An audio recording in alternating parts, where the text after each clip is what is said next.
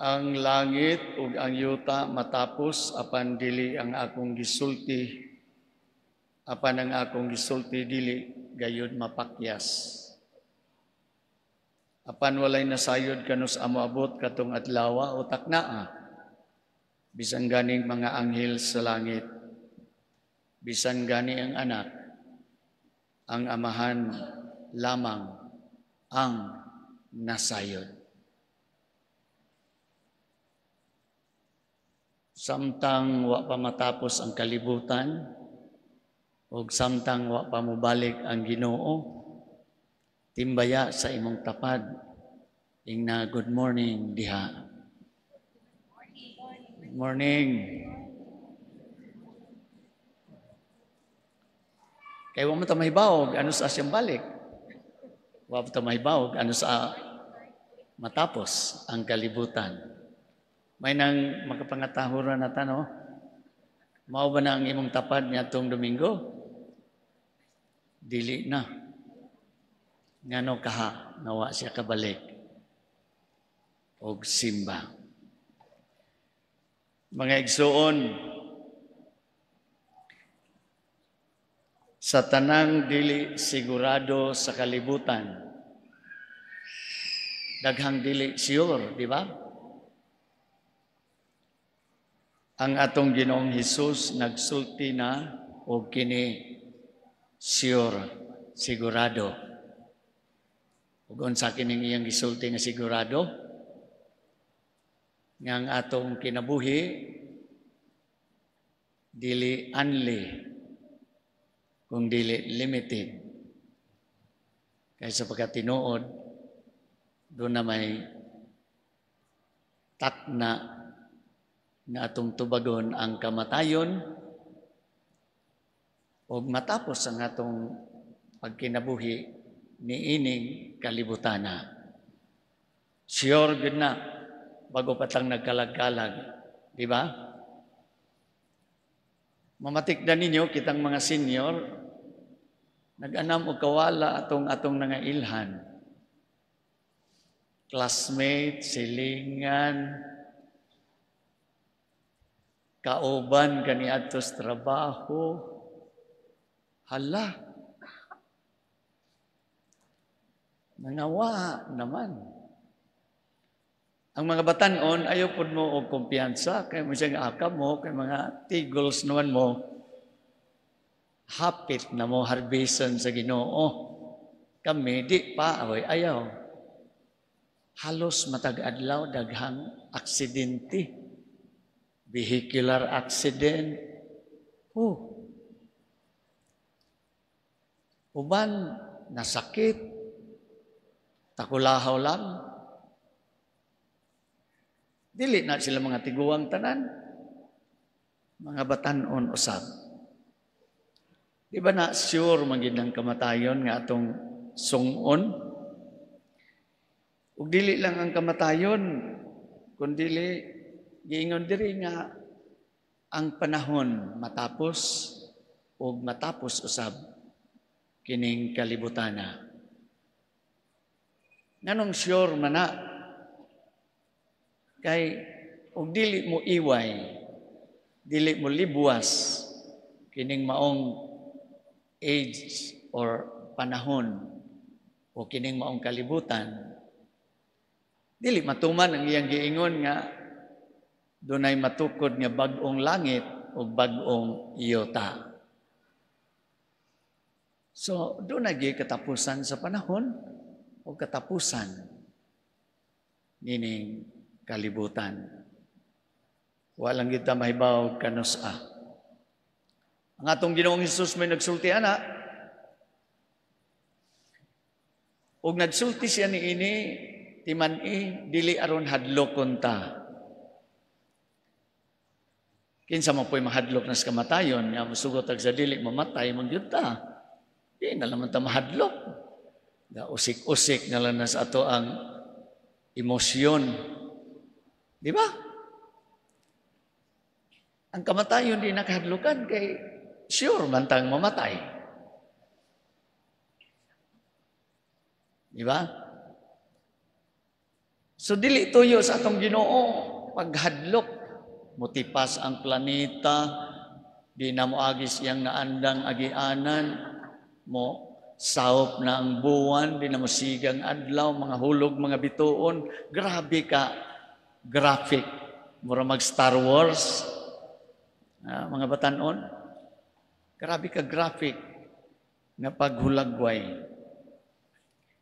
Dili lagi aron hadlokon ta, kundili aron ta makapangandam, makaandam ni anang taknaa, ni anang panahona. Kanus bisan ang mubalik, wa kahibaw. Ayaw gyud mo patonto, ayaw gyud mo pailad, ayaw gyud mo og tuo.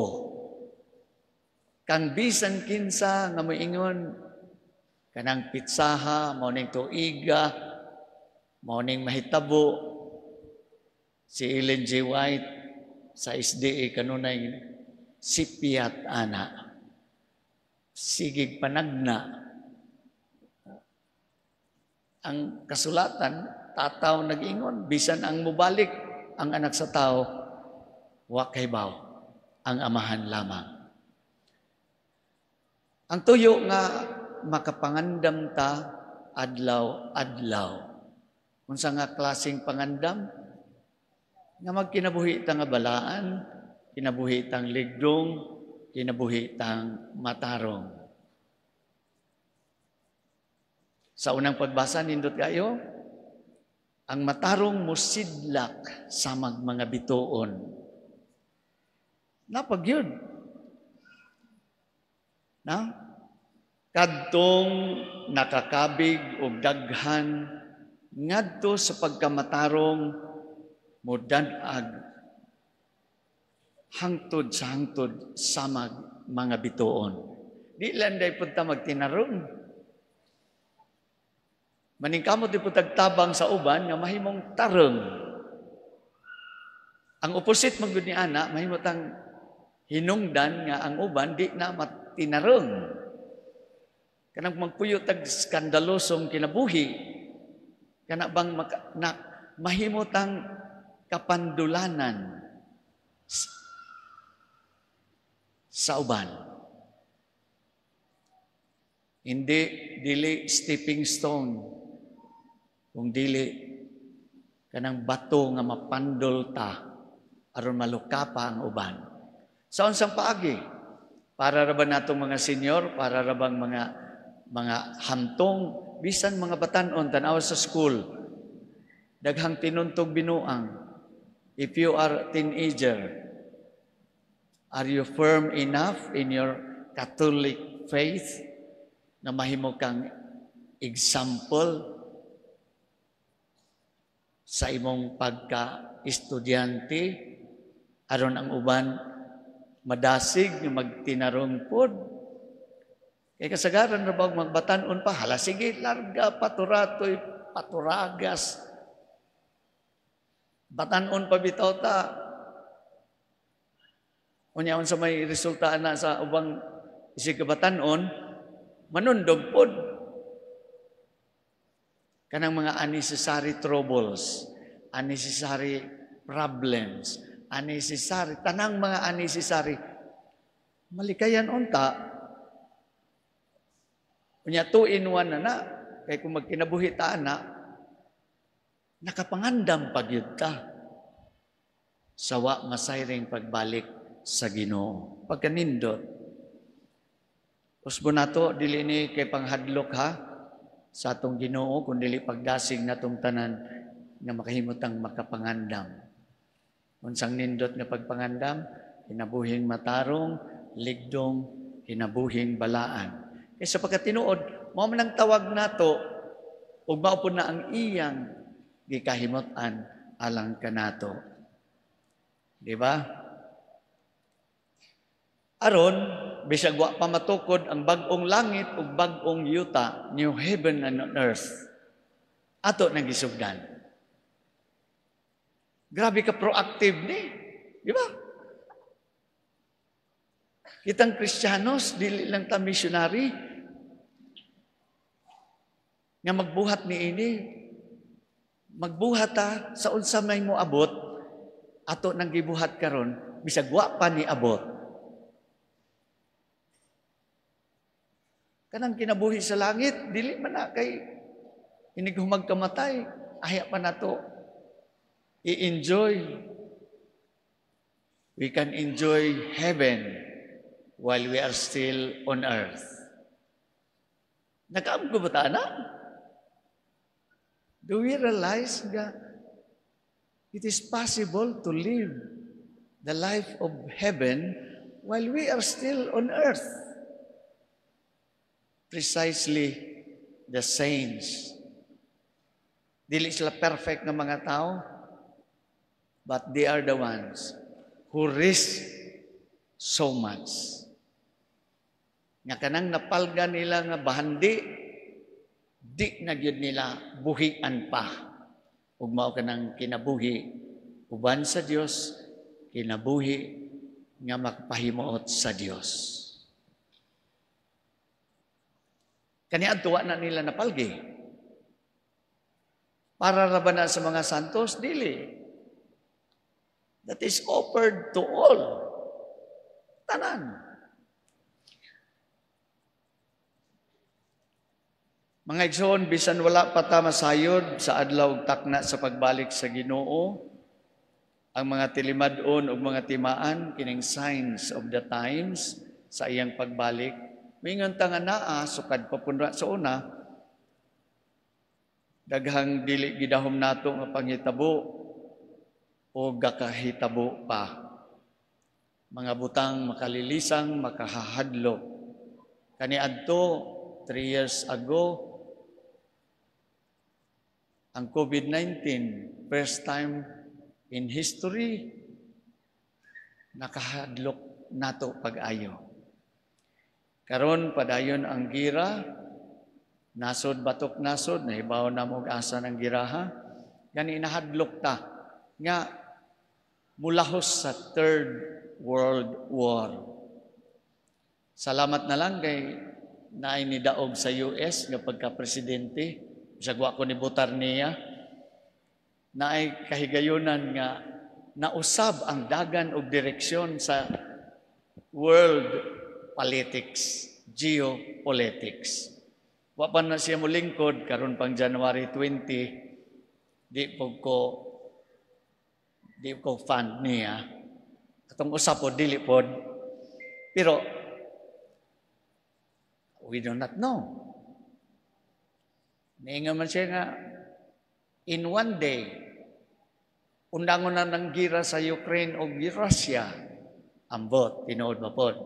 Pero, nga naman po, di man natutugutan. Kung mahimo di ay, adi mausab ang dagan sa panahon. Dili na ta maapil, di obag maglupad ng missile, doon ralabak ayo, China. Laktawan din ng Taiwan. Nga nganong di man ta maigo dinhi, na mapodgikan dinhi pog mga missile na pod. Mga HIMARS, nya di ta maapil. Nya tugpahan ta dinig bomba, mayngon tag praise the Lord, amen. Ug di ta mga lukapa ug adto tag ambot lagi. Ha? May gani kay murag dunay bag-ong direksyon. Di natingali mag-ampog kita mga igsoon nga di mulahos ang Third World War. Aron ang new generation mapalga nila nga wa gyud ay rason maggira. Kay wa gyoy ikahatag nga maayo ang gira. Look at the Middle East. Israel between Hamas, Hezbollah, Houthis, unsa pa? Mga proxies sa Iran.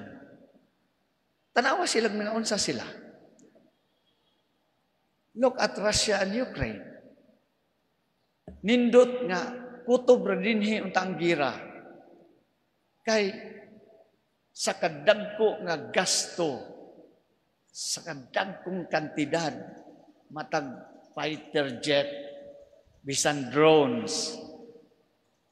Kung gigamit po ang alang sa development sa kalibutan, alang sa pagkaon, wala untay gutomon.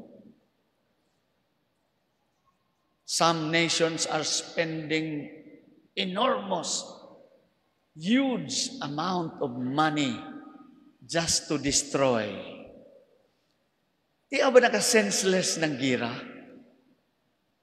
Sumagod o magiras inyong bahay, yung mga angin inyong TV screen, TV flat, kung sa panadiha, mga angin na inyong mga gadgets, just panimay, sa nahuwasan na mo,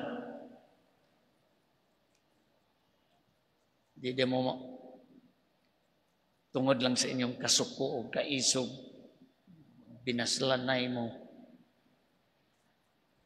Way lami, o di naangay.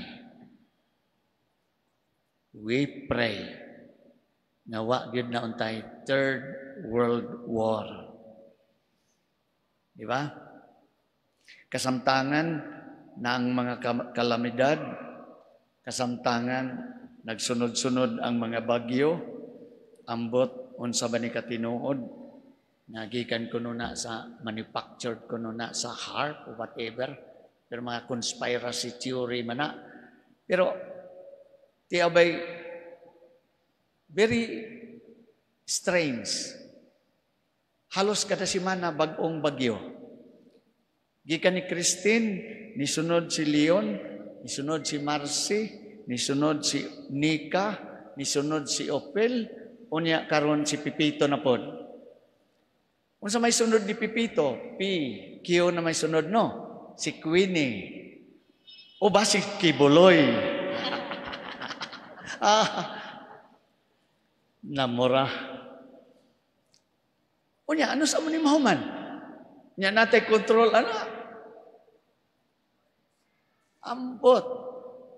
Kita nun din is Mindanao, giinit og maayo.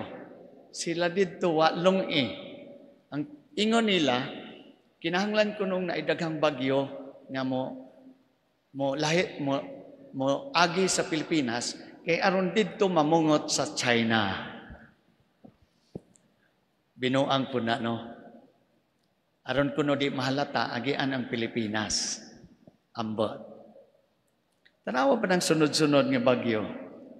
Mga igsoon, taliwala sa mga katalagman, padayon ang kinabuhi nga dunay daghang kalisdanan, daghang alatubangon, daghang mga kabugat, apil ng mga kasakit.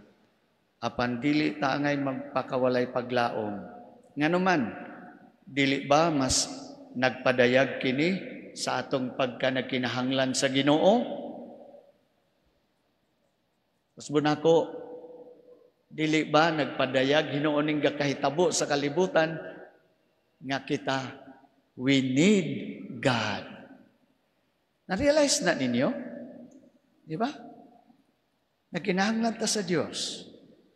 Dunay katapusan, no? Dunay katapusan ang tanan, apil ang kalibutan. Apan dili man gyud ta biyaan nganuman kay ang Dios siya uban man kanato pinaagi sa atong Ginoong Hesukristo, the God with us. Ug ang Dios maong Alpha ug ang Omega, ang sinugdanan ug ang katapusan, siya ang eternal, siya walay katapusan. Mao nga mosandig ta niya. Kay diha lang sa pagsandig niya makabatuntag panatag nga kinabuhi. Peaceful life. Even if there's so much turmoil, chaos in the world. Mga igsoon, ang nindot nga signs of the times that we should pay particular attention to is whether we are living in God's ways, living in God's grace daily. If we are able to live in God's ways fervently and daily, we will be at peace and even look forward to the future coming of Christ with joyful hope for the fulfillment of all God's promises. Mao nga mag-ampo gyud ta nga kita makapuyo diha sa grasya sa Dios. Faithful to God at all times. Sa katapusan, mangutana ta, unsa importante nga pagpangandam nato sa pagbalik sa atong Ginoo? Tanan ta mangutana. Unsa may importanteng pagpangandam nga angay nako nimong buhaton inig balik sa Ginoo o sa wala pa mo balik ang Ginoo.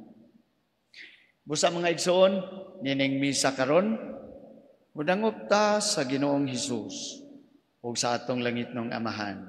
Diha sa tukmod sa balang Espiritu nga lig-unon ta kanunay ang atong pagsalig kaniya.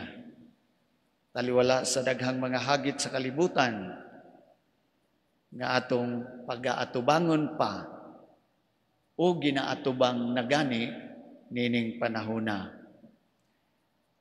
Wala tay mahimo kung mobulag ta sa Dios. Nagpaabot man ta sa iyang pagbalik, sa tinuod lang, uban ta diha sa presensya sa Espiritu Santo. Samtang nagpaabot pa sa pagbalik sa anak sa tao.